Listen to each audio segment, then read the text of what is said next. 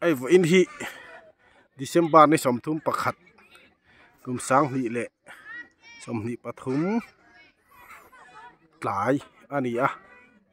hei kum hlui thla tlai kan ti ang kha nia an thalai te pawh helai hian hei tian an fuan khawma kum hlui ni tla tur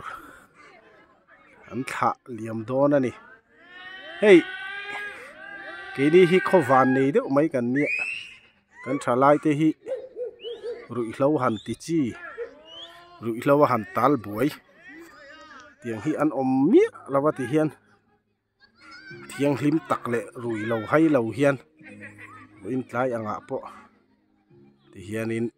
helai field a hian hei football field ania tian an kal khawma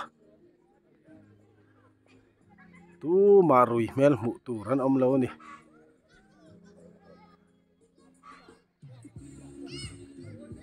he lai te na chen an oma o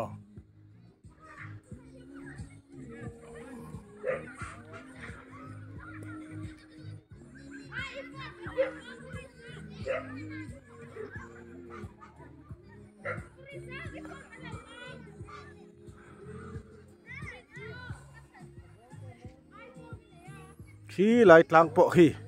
moi khop mai nit la turin sun phut mai a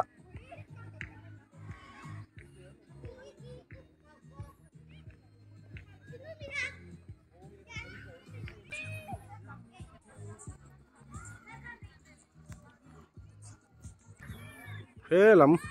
tlang ve thung hi nit la turin sun sen rui boka lung len thak ruai mai hei voin hi kum sang hi som hi pathum atan chun ni nu hu ber kha lo ni don ta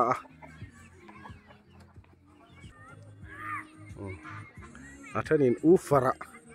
lan play dup dup boka